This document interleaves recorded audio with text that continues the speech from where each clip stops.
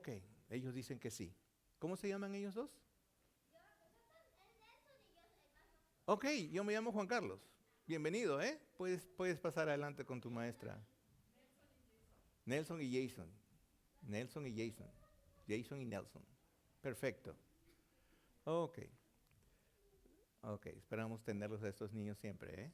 Nelson, me cae muy bien. Gracias. Ahora, se fue un buen grupo para abajo, ¿con quién me quedé? Con ustedes, otros niños. Perfecto. Yo no sé cuántos de ustedes en su vida, al comenzar su vida cristiana, han tenido serias dificultades en la familia. Por mi parte, ah, yo venía de un sistema en donde ciertamente creo que tenía todo lo que podía. Como le dijo, muchas veces le he dicho que vengo de 4 hermanos mayores que trabajaban, mayores que yo, me daban de todo. A lo que ellos invertían su dinero en mandarme a estudiar. Para ellos era muy importante que yo estudie. Y yo estudiaba, pues, estudiaba, o sea, y hacía una cosa, otra cosa, otra cosa. Y por eso aprendí muchas cosas en mi vida, ¿no? O sea, desde las computadoras del lenguaje RPG, cuando es el lenguaje en tarjetas y todo lo demás. O sea, desde ahí vengo, desde cuando tenía 15 años, ¿no? Ahora, entonces era algo interesante para mí. Cuando después de ir a fiestas, tener el cabello muy largo, pasar por el seminario católico por un ratito nomás y hacer algunas cosas, conocí al Señor Jesús. Y el Señor Jesús cambió radicalmente mi vida y mi corazón estaba en el proceso, estaba en el proceso. No fue hasta después de un año que estaba yendo a la iglesia, me iba a la iglesia católica, me iba a las 6 de la mañana, a misa de 6, y porque eso era algo, mi madre me había enseñado que tenía que ir a misa, y yo y con unos amigos más nos íbamos. Pero a las 9:30 iba corriendo, me iba al servicio evangélico, me iba al servicio cristiano, según, ¿no? Entonces, y ya yo tenía, ¿cuántos años? Estoy hablando que tenía casi 17 años.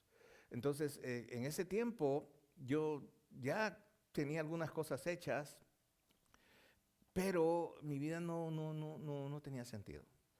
Así que un día decidí por Cristo. Es decir, ya estaba un año así, entre que sí, que no, que sí, que no. Yo sabía que la Biblia tenía la verdad, pero también sabía que si tomaba una decisión iba a ser para toda mi vida, iba a ser sin vuelta atrás y Dios quería algo más de mí. Yo sabía eso. Así que ese día fui, entré al servicio, ya estaban terminando, tomé una decisión por Cristo, de verdad acepté a Jesucristo en mi corazón. El Señor en ese momento transformó mi corazón, tanto así que en ese mismo tiempo, a los 3 meses, yo estaba tomando mi decisión de bautismos, de bautizarme, ¿no? Y bueno, yo le dije a mi papá, le dije a mi mamá, y mi papá obviamente no quiso. Mi mamá me dijo, ¿qué vas a hacer? Mis hermanos, todo el mundo se frustraron, se pusieron mal conmigo. Y que tanto así que recuerdo que el día de mi bautizo ellos hicieron una reunión en la casa, todos, había una fiesta en mi casa y eran como las 11:30 de la mañana, el bautizo comenzaba a las 12, era un lugar lejos, y yo agarré mi maletín, puse mis cosas, los tiré por detrás de mi casa, agarré la pared, subí la pared y pum, me fui. Y es así fue.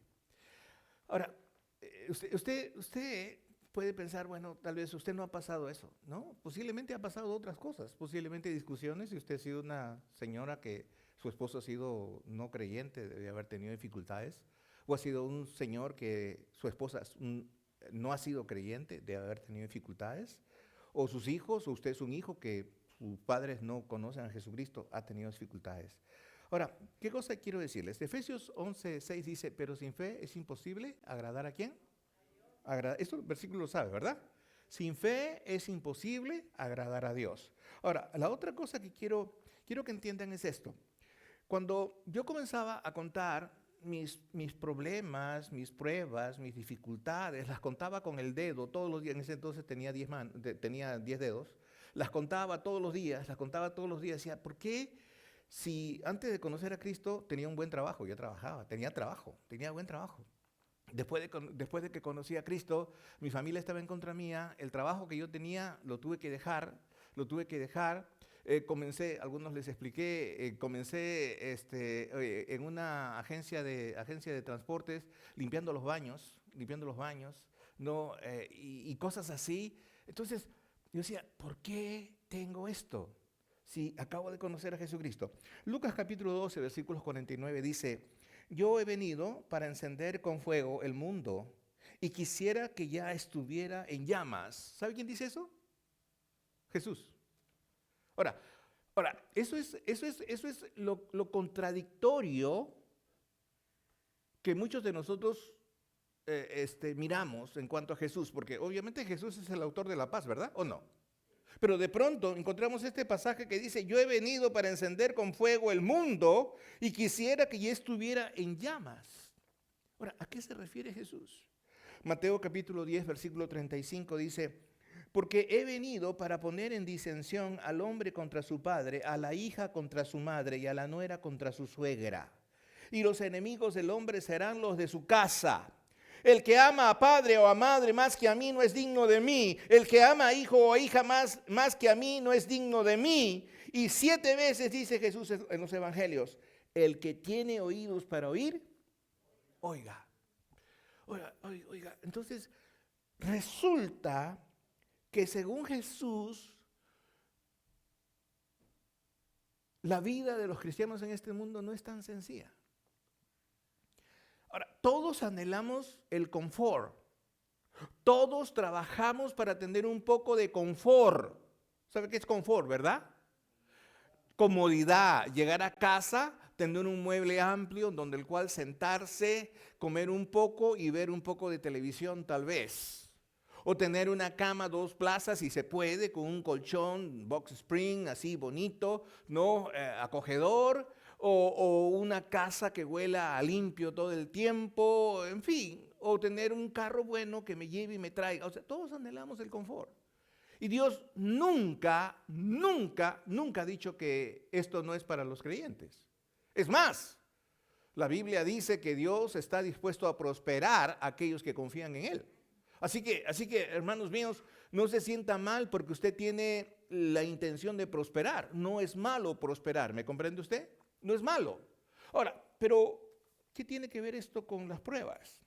Bueno, en Mateo capítulo 8, versículos 28 al 34 y Marcos capítulo 4, versículos 35 en adelante, encontramos un evento, algo que pasa a Jesús. Recuerde que según nuestra lectura de los evangelios, estamos terminando el día mañana, estamos terminando nuestro libro de Mateo y el martes estamos comenzando Marcos, ¿verdad? Entonces, ¿qué sucede? Sucede que hasta aquí nosotros lo que estamos leyendo, y espero que usted lo esté leyendo, no, hasta aquí nosotros hemos visto a un Jesús, a un escritor, Mateo, el cual está de alguna manera hablando de Jesús en sus hechos que hizo en relación al pueblo judío. Por eso decimos que Mateo está escrito para los judíos. Pero ahora estamos entrando ya al libro de Marcos. Y el libro de Marcos está hablando también de los judíos, pero en relación a lo que ellos tienen como vecinos, que son los grupos helenísticos ahí, que son escuelas romanas alrededor. Todo Decápolis es un grupo de judíos helenistas, ¿ok? Que de alguna es como si fuesen una cultura, ¿cómo le llaman acá? Mixeada, ¿verdad? ¿No? O sea, no son judíos, no son romanos, son una mezcla, ¿me entiende usted? ¿No? Y juntamente con esa mezcla hay todo un conjunto de tradiciones, todo un conjunto de cosas. Le decía antes del mensaje a unos hermanos que todos estos grupos que están allí, todas estas tierras, cada tierra tenía templos de orgías, dirigidos específicamente a Atenea, a las diosas griegas, ¿no? Y que obviamente por eso los romanos había mucha promiscuidad en el grupo romano. Entonces, Mateo está mirando todo eso que sucede alrededor. Ahora, Me gustaría haber tocado el libro de Mateo capítulo 24, ¿no? Que es de guerras y rumores de guerras. Lo hemos tocado varias veces, pero lo estoy guardando porque creo que va a venir un momento donde lo vuelva a tocar ya tal vez en Lucas, que se repite el mismo versículo. Ahora, quiero trabajar con ustedes un poquito el tema en cuanto a las pruebas. Porque tanto ustedes como yo, ninguno es acepto a las pruebas, ¿ok? Si llueve, todos nos mojamos. ¿Está de acuerdo conmigo? Si sale sol, todos nos quemamos. ¿Está de acuerdo conmigo? Si usted no trabaja, no tiene dinero. ¿Está de acuerdo conmigo? Y si usted trabaja, tampoco. ¿Está de acuerdo conmigo? No. Dice, no nos alcanza, ¿no? ¿No? Esa es la temática de toda la vida, ¿no es cierto? No me alcanza, ¿por qué no me alcanza? Ok. Ahora, ¿qué tenemos aquí? Tenemos el tema que es algo bien pequeño, que narra Mateo 8, 23 al 27. Lo voy a leer, dice así.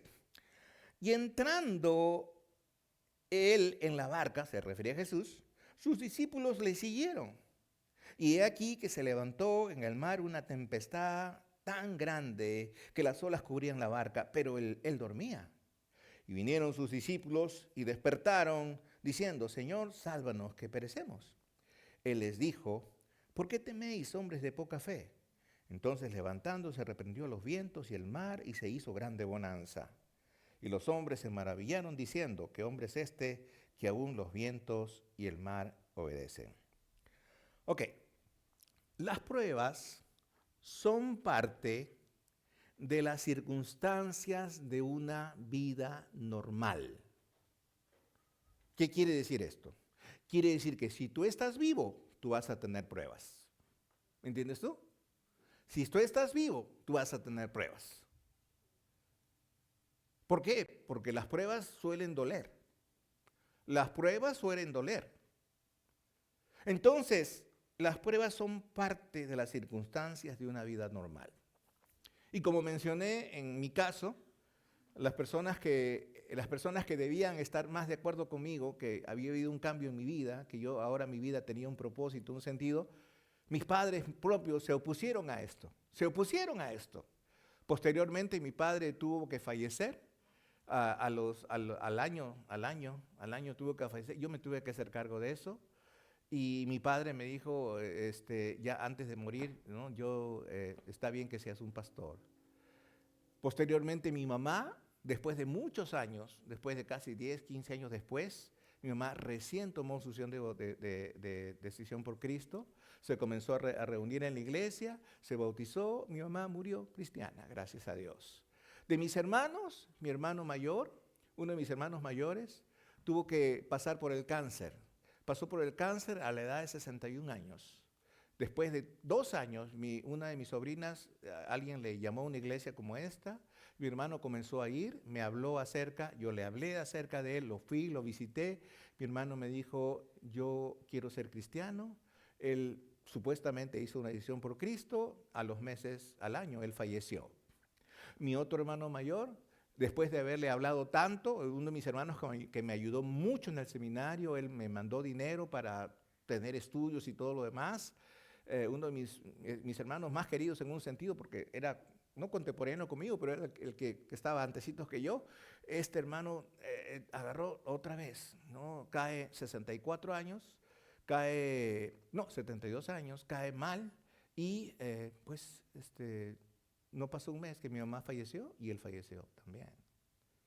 Y yo le hablé de Cristo, siempre hablé de Cristo, pero faltando un día para que muera, le hablé, lo volví a evangelizar.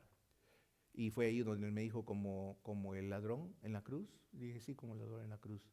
Espero que mi hermano esté en la gloria. Yo espero. Yo quisiera eso. Pero las pruebas van a venir. Son parte de las circunstancias. Ahora, ¿qué pasa aquí en este lugar? Bueno, primero que nada, el escenario, hay un escenario natural. Jesús tiene un anfiteatro allí. Jesús tiene toda una orilla del mar de Galilea, ¿ok? Y él tiene una barca y esa barca es como un púlpito. En esa barca hay una popa. Esa popa está forrada con cuero y él reposa su cabeza allí. Cuando él habla, su voz retumba, así como la mía, retumba, ¿no? En el acantilado y envuelve a todos los oyentes. Hay una multitud de muchas barcas y hay una multitud de mucha gente en la orilla. Y Jesús está hablando. Jesús ha venido a hacer ya muchas maravillas. Ha sanado, ha levantado personas, ha curado cojos, ciegos. Jesús está en su tiempo más especial. Y Jesús está ahí. Jesús está cansado en ese momento. ¿Ok? Ahora, entonces Jesús está pensando, estamos en un lugar muy especial. Estamos en el mar de Galilea. El mar de Galilea está al norte de Palestina y más o menos tiene unos 20 kilómetros de largo y 12 kilómetros de ancho, más o menos, está a 220 metros, ¿no? Bajo el nivel del mar, bajo el nivel del mar. Ese es el lugar más bajo de la tierra. Es como si fuese un pozo, 220 metros bajo el nivel del mar. Entonces, otra vez, el lugar era maravilloso. El problema es esto, como hay tantas colinas alrededor, ¿no? Los vientos vienen así, ¿no? Y los vientos con el aire caliente hacían tormentas. Las tormentas levantaban olas de más o menos 5, 6, 7, 8, 10, 15 metros de altura. Tremendas olas, tremendas olas. Y en esto consistía el mar. Ahora, otra vez, en un escenario de nuestras vidas, en un escenario normal de nuestras vidas, usted tiene que salir y trabajar. Usted tiene que quedar en casa. Algunos de ustedes quedan en casa cuidando a los niños. Algunas de ustedes, señoras, creo que ustedes, como mi esposa y otras señoras que conozco acá, tienen que trabajar, tienen un trabajo y no pueden descuidar lo que están haciendo, no pueden descuidar el tema de la casa, no pueden descuidar el tema del esposo. Tienen 3 cosas para hacer. ¿Me entiende usted? Entonces, ese es un día normal, pero ha habido días horribles para uno. ¿No se da cuenta? Todo me sale mal. Se malogró la camioneta, se malogró el carro. Salió un cheque no pasó en el banco. Salió una llamada, alguien le dijo que alguien estaba mal en la familia. Salió una queja de la escuela, el profesor, que tu hijo hizo algo perfecto. Ay, otra vez, una cara que se te cae de vergüenza así para acá. Okay. ¿Qué pasó? O sea, las cosas no son color de rosa todos los días. ¿Está de acuerdo conmigo? Todos los días vamos a enfrentar circunstancias difíciles, todos los días, de todas maneras. Y en ese sentido, Jesús, como está cansado, Él dice, vamos a cambiar el escenario un momento. Y llega y cambia el escenario. Aquí voy a cambiar de escenario también yo, porque el mismo pasaje de Mateo lo vemos en Marcos capítulo 4, versículo 35, donde dice, aquel día cuando llegó la noche les dijo, pasemos al otro lado. Pasemos al otro lado. Ahora, Jesús estaba en un lugar y dice, vamos a pasar al otro lado. Es decir, vamos a navegar estos 120 kilómetros aproximadamente, ¿no? O perdón, estos 12 kilómetros de ancho, ¿no? 20 kilómetros de largo. Él está hablando del otro lado, o sea, está hablando de 12 kilómetros. Vamos a navegar porque ya voy a tener paz. Y eso es. O sea, ese mar es maravilloso. En medio del mar, dicen todos los escritores y los estudiosos, mi suegro me ha contado mucho, mi suegro ha estado allí, mi suegra han estado mucho tiempo ahí. Él cada vez que venía, mi suegro me volvía a contar la misma historia, me la sé de memoria. Dice que es un lugar bellísimo, paradisiaco, bello, y todo es bonito. Y ahí estaba Jesús en ese lugar. En ese sentido dice, pasemos al otro lado. Ahora, pero quiero notar una cosa, quiero que ustedes entiendan esto. Marcos capítulo 4, versículo 1 dice así, otra vez comenzó Jesús a enseñar junto al mar y se reunió alrededor de él mucha gente, tanto que entrando en una barca se sentó en ella en el mar y toda la gente estaba en tierra junto al mar. ¿Ok? Ahora, ¿qué cosa quiere decir? Entonces Jesús estaba en una barca, ¿verdad? Pero Marcos capítulo 4, versículo 36 dice, y despidiendo a la multitud le tomaron como estaba en la barca y había también con él otras barcas. Ahora, quiero que me entiendan. Entonces, este es el asunto. Jesús está en un bote, está hablando a la gente, le dice a sus discípulos, vámonos de acá, vamos al otro lado, vamos allá, ¿ok? Y todos dijeron, ok, estamos de acuerdo. Y cuando ellos comenzaron a remar, otras barcas comenzaron a remar alrededor de él. La gente no se desprendía de él. La gente lo seguía, la gente lo seguía, la gente lo seguía. Pero en medio del mar, algo pasó. Capítulo 4, versículo 37 de Marcos, dice así. Pero se levantó una gran tempestad de viento y echaba las olas en la barca de tal manera que se anegaba. Ahora, los que estaban allí en el barco de Jesús eran 12 experimentados pescadores. Ahora, quiero que entienda que Marcos no es un apóstol. Marcos es un escritor. Marcos está narrando la historia desde la perspectiva de Pedro, porque acá el que era el pescador era Pedro. Y Pedro y Marcos eran grandes amigos, eran muy buenos amigos. Por eso decimos que Marcos no es un apóstol. Marcos está narrando lo que Pedro le está diciendo.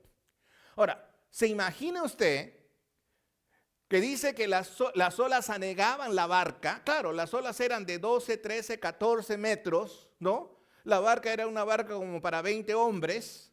¿Se imaginan ustedes a estos 12 hombres más Jesús allí en la barca, desesperados? Yo me imagino a Pedro, me imagino a Judas Iscariote, me imagino agarrando con sus manos y con cubos el agua y tratando de tirarlas para afuera, mientras que el agua seguía metiéndose y ellos hacían las cosas a su manera. Yo me imagino que eso pasaba.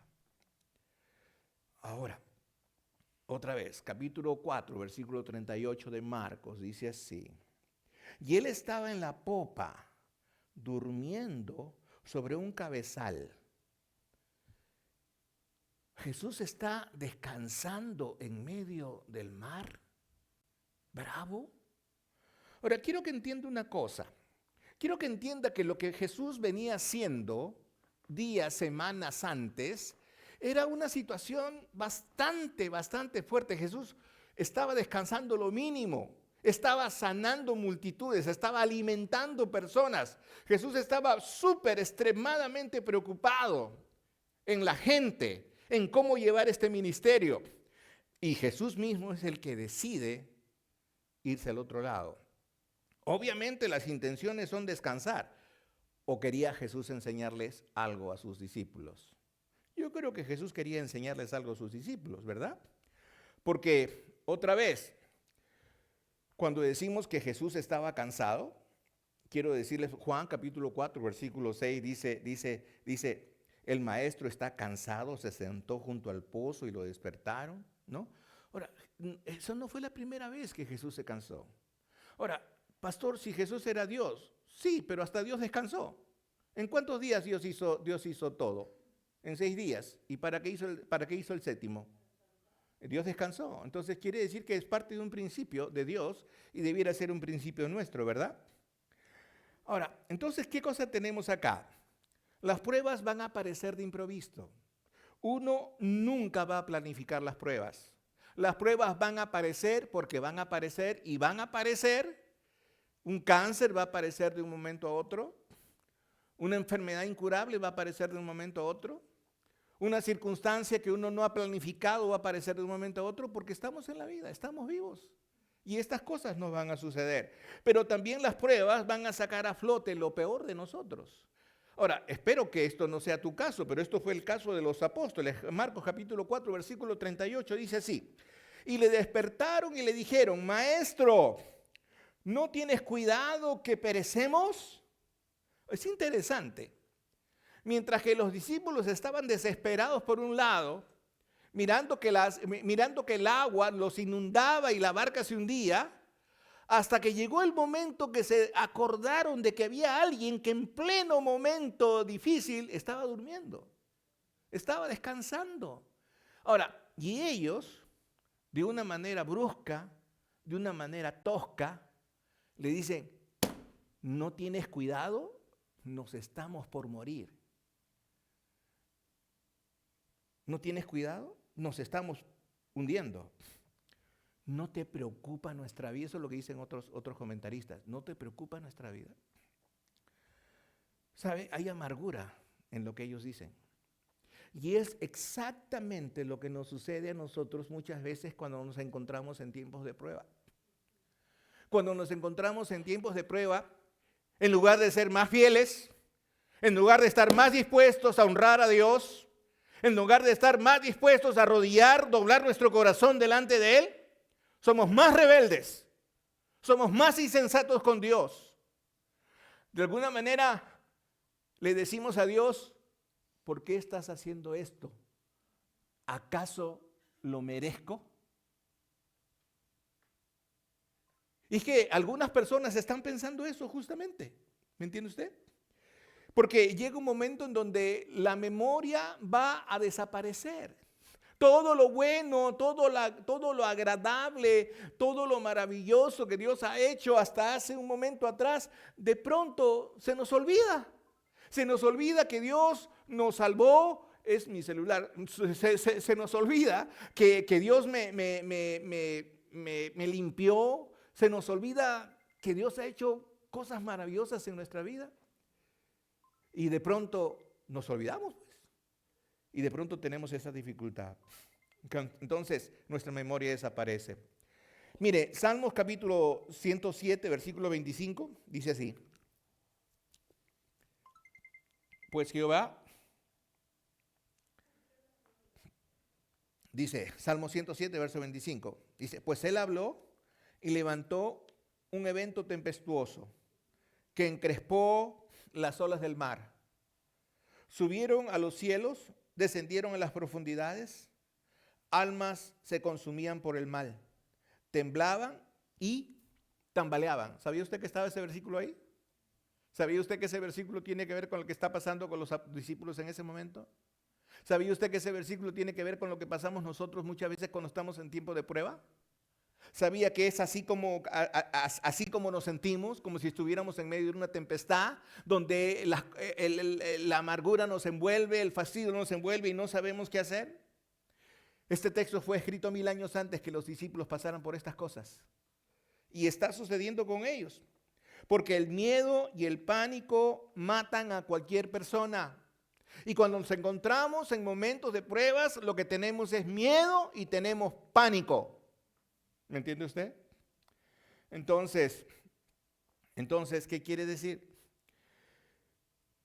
¿Quiere decir que ellos tenían miedo y pánico? Escúcheme bien lo que voy a decir porque esta es una enseñanza para todos nosotros.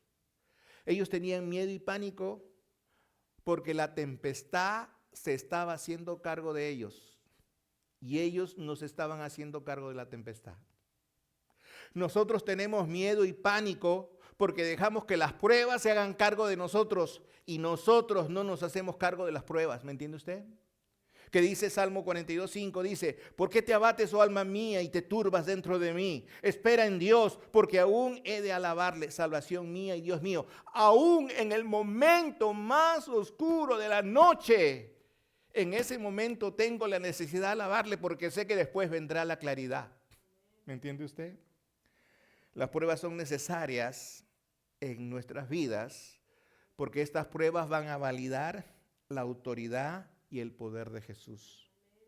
Ahora, Marcos capítulo 4, versículo 39. Estoy haciendo un seguimiento de Marcos, ¿se ha dado cuenta?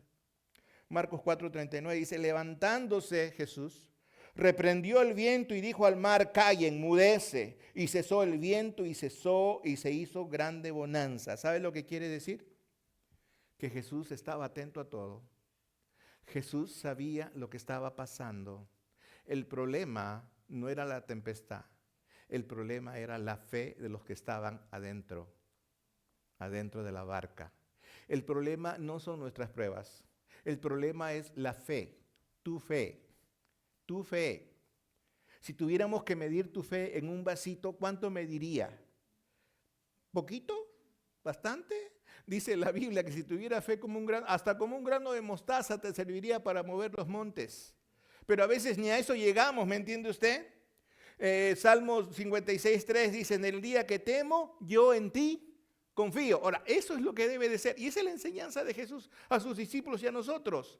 En el día más oscuro, en el momento donde las pruebas son más recias, en ese momento tu fe debe estar puesta en lo que Jesucristo puede hacer a favor tuyo. Ahora, otra vez, muchas personas no creían en esto. en el mismo Nuevo Testamento, muchas personas estaban narrando esta historia. Pablo escribe en 1 Corintios 1:23, dice, pero nosotros predicamos a Cristo crucificado, para los judíos ciertamente tropezadero. Ni los judíos, para los judíos, no, eso no puede ser, eso es imposible. No, bueno, y para los que no son judíos era locura. Están locos, ¿cómo van a decir que habla de 10 metros, 12 metros, si estos eran experimentados? Así es la vida. Sí, no lo puedo creer. Esa era la idea. Entonces, otra vez, las pruebas son necesarias porque de alguna manera van a confrontar nuestras dudas. Nuestras dudas. Muchos de nosotros decimos somos creyentes, pero dudamos. Marcos capítulo 4, versículo 41 dice así. Entonces temieron con gran temor y se decían unos a otros, ¿quién es este que aún el viento y el mar le obedecen? ¿Se da cuenta de lo que están diciendo estos? Estos habían visto a Jesús sanar, curar, bendecir, habían visto alimentar, y estaban en la barca, estaban con él y todavía dicen, oye, ¿y este quién es? O sea, puede llegar a ser una persona pero tan, mejor no digo la palabra, pero así somos nosotros. Has visto cómo ha obrado, has visto, pero después tienes que tomar decisiones. Voy a esperar un poquito más a que Dios me muestre otra cosita. ¿Qué quieres? ¿Que te diga te vas a abrir mañana? Y recién reaccionas. No. Lucas capítulo 8, versículo 25 dice, y anoté este punto porque Jesús habla acá, dice así. ¿Dónde está vuestra fe? Jesús le hace una pregunta en Lucas. Y cuidado que Lucas parece que sí estaba en el barco. ¿Dónde está vuestra fe? Pero ellos estaban atemorizados diciendo unos a otros, ¿quién es este que aún los vientos y el mar le obedecen? Hermanos, cuando usted tiene fe, usted tiene que aprender a poner en acción su fe. ¿Me entiende usted? La fe no sirve si su fe no está puesta en acción. Decir que queremos más personas no sirve si no invitamos personas. Decir que amamos a la gente no sirve si no expresamos nuestro amor. Decir que somos solidarios no sirve si no ayudamos a una persona cuando somos solidarios. Decir que queremos ser generosos no sirve cuando estamos andando viendo cómo medimos nuestra generosidad. La fe hay que ponerla en acción, me dice usted, ¿me entiende usted?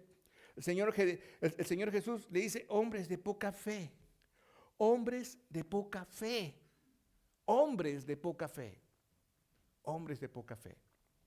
Ahora, ¿qué tipo de persona es usted? ¿Qué tipo de persona es usted? ¿Ok? Entonces, es en medio de las pruebas cuando nosotros vamos a reconocer el estado actual de nuestro corazón. ¿Me entiende usted? ¿Entiende lo que le digo? Es en medio de las pruebas cuando nosotros vamos a reconocer el estado actual de nuestro corazón. La preocupación no es un enemigo débil, porque Jesús establece la fe. Jesús establece la fe en oposición al temor. En dos palabras, cuando tú tienes fe, ya no tienes temor. ¿Entiendes lo que te quiero decir? Cuando tú tienes fe, ya no tienes temor. Tengo fe y no tengo temor de lo que pueda venir. ¿Me entiende usted? Porque es así como funciona. Entonces, las pruebas van a sacar a reducir nuestras debilidades. ¿Ok? Sin embargo, cuando las aceptamos, las pruebas van a ser un antídoto, como una vacuna, ¿no? Y de alguna manera nos van a ayudar. Porque vamos a entender que no somos autosuficientes para poder con todo. Y vamos a requerir la ayuda del Señor Jesús. De todas maneras. Porque el Señor Jesús es el Señor de todo. Y el Señor de todos. Entonces, los marineros que estaban en ese barco sabían que toda su experiencia de ser grandes pescadores no les servía para nada. Tenían que recurrir al Señor Jesús. Entonces, recordamos, las pruebas son parte de las circunstancias de la vida. ¿Está de acuerdo conmigo? ¿Está de acuerdo conmigo? Las pruebas van a aparecer de improviso. ¿Está de acuerdo conmigo? ¿Está de acuerdo conmigo? Las pruebas van a sacar a flote lo peor de nosotros. ¿Sí? Lo peor de nosotros. Siempre van a sacar a flote. Pero las pruebas son necesarias para validar la autoridad de Jesús. ¿Me entiende usted? Siempre y cuando nosotros le demos permiso para ser el Señor de nuestra vida. Santiago capítulo 1, versículo 2 dice: hermanos míos, tened por sumo gozo cuando os halléis en diversas pruebas, sabiendo que la prueba de vuestra fe produce ¿qué? Paciencia. Hermanos, paciencia. Paciencia. Les confieso que en esta semana yo he pensado mucho en la muerte. Ahora, no he pensado en la muerte porque decir que me voy a morir, ¿no? No, tampoco por el asunto de que fue el Día de Muertos, nada, esas cosas me tienen sin cuidado. Pero estaba pensando mucho, muy seriamente, en lo que significa vivir allá y no acá. Estaba pensando mucho en esta expresión que viene con el canto que vamos a cantar. Dice: cuando estoy en tu presencia, lo único que quiero es llorar porque no puedo soportar tanto amor que me tienes a mí. Hermanos, ¿se da cuenta que el día que nosotros vayamos a dar cuenta, va a ser al Señor? Eso ya es una ganancia, ¿no le parece? A menos que usted crea que va a dar cuenta a Satanás. A menos que usted esté en esta noche o en esta tarde acá dudando todavía de su fe. A menos que usted no esté seguro. A menos que usted esté pasando por una prueba en donde le diga: una más, Señor, una más, Señor, una más, y me pongo correcto contigo. No es así. Un versículo que aprendí de joven dice: con Dios no se puede jugar. Y el asunto de la barca con los discípulos era un asunto interesante. Es una cosa que nos puede pasar a todos nosotros. Por más experiencia que tengamos en la vida, no estamos exentos de pruebas y dificultades. Mi pregunta es: ¿está listo para accionar? ¿Está listo usted para que no dejar que las pruebas tomen el control de su vida, sino para que usted pueda tomar el control de las pruebas con la ayuda de Dios? ¿Usted está listo para eso? Le invito en esta noche a que tome ese control, que piense: no le voy a hacer salir adelante, tome una decisión. Vamos a entrar al tiempo de la cena, pero antes permítanme cantar este coro, por favor. ¿Me puedes ponerlo, por favor? Nos ponemos de pie, chicos.